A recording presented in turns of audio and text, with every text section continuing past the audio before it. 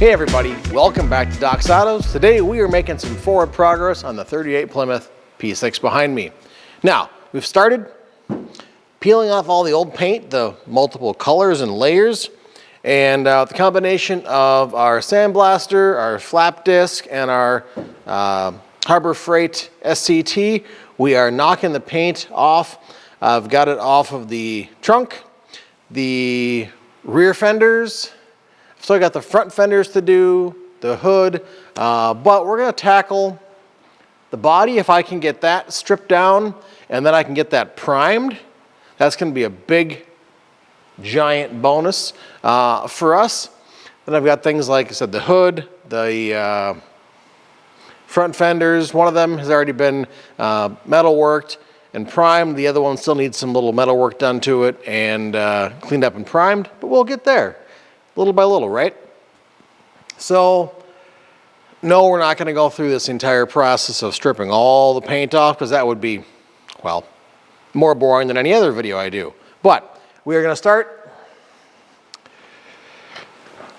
just trying to get as much paint off as we can with our contour tool here.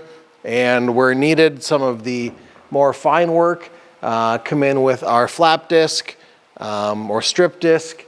And hopefully I don't need to get the sandblasting in there a whole lot because you're never going to get that out of every crevice in that body, especially if it leaks into the interior. So do have a request to not take out any of the existing glass because the seals are in there right now. They are hard to come by and are hard to remove and replace. So to my understanding, this is all the original glass in the vehicle. So we're going to try and keep it that way. So we're going to bypass the montage of endless sanding and paint removal on this thing, and we're just going to kind of lull you off to sleep, fade to black, and when we come back, we're going to actually have some shiny car behind us. Let me find some eyes. We'll get right to it. Oh, and if you haven't yet, this would be a great time to hit that subscribe button down there below. We'll see you in a while.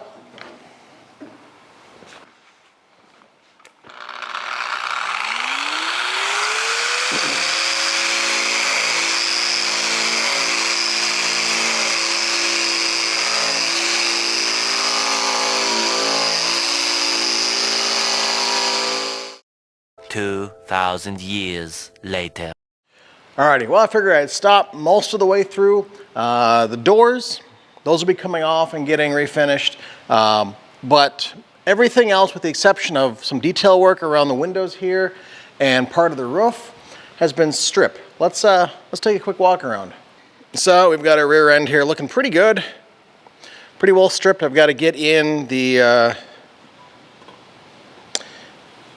channel here for the trunk, probably sandblast that, get that cleaned up a little bit. A little more detail work to do along here with my die grinder with a 40 grit pad on it. Windows all around. I was told, like I said before, not to take out any of the windows or roll down the rears. Mechanism or seals here are not the best, so those are staying where they are. The downside is it makes cleaning up this area here, especially right like up in here, for example, a challenge to get all the old paint off. So we're going to mask this to make sure we don't get into the glass or any of the seals that are on here now. Then when we actually come to prime, we'll back tape these areas so we've got a smoother edge for the paint. Like I said, the doors are coming off. This door isn't so bad, but the passenger door has some damage down here. And overall, you can see the panels look pretty good. I haven't really ground on anything too much. Even this side over here that I pulled out, with the exception of some known work to do down here still, it's looking pretty good. So that's a positive. Got our front windshield here. Like I said, again, this stays in, it's not coming out. Around here, got to take this out, get this prepped. And then the cowl, that is going to stay this color. I am going to go try and color match to fill in these couple of little chips here. We're not touching anything in the engine bay. That's all staying just like it is now. Again, like I said, some metal work to do down here, but I'm going to do that once everything is in primer, so I can just keep working along with other things as well. And again, the passenger door, there is this damage here. I've got to pop this little crease out right along here.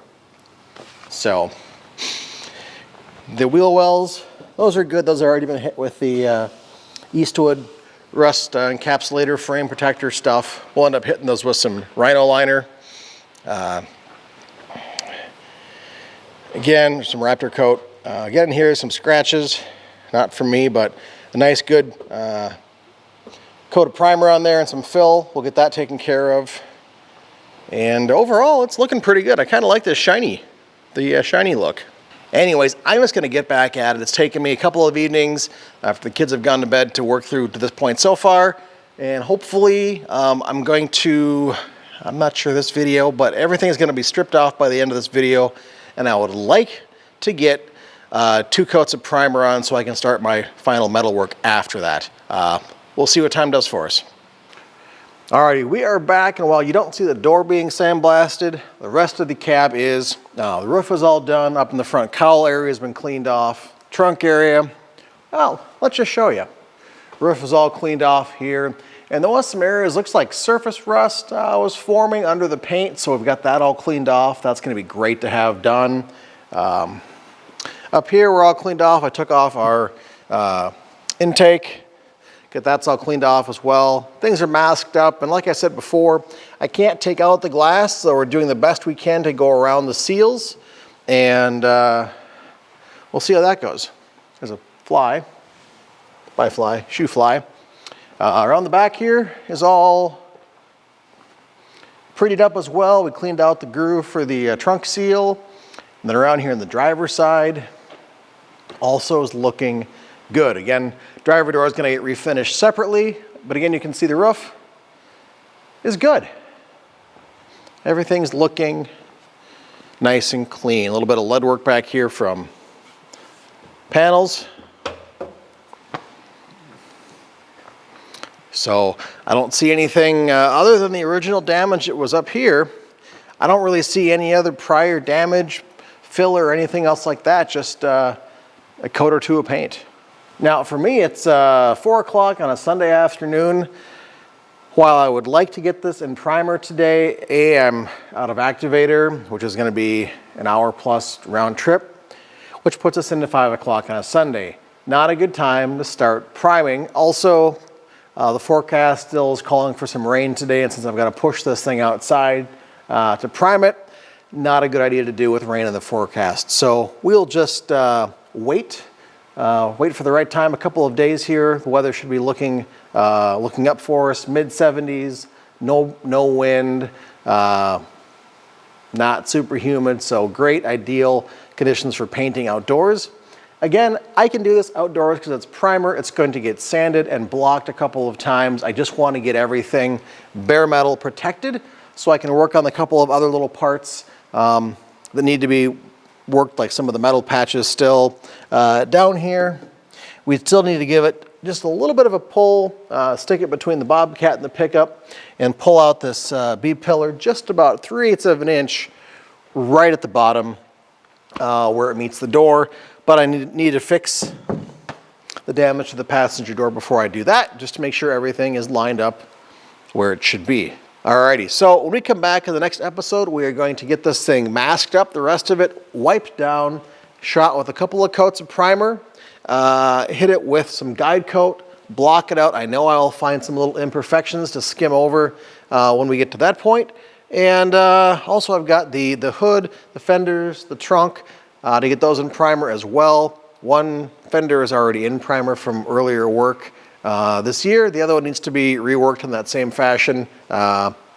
Rust and damage at the back end of the fender. So we'll get that done. And after that, I'm going to send a spray out over to Wally, the owner, just to get his final approval before we go ahead and get a gallon of paint mixed up and get some color on this thing. It sounds super simple, doesn't it? Right, because after that, we've still got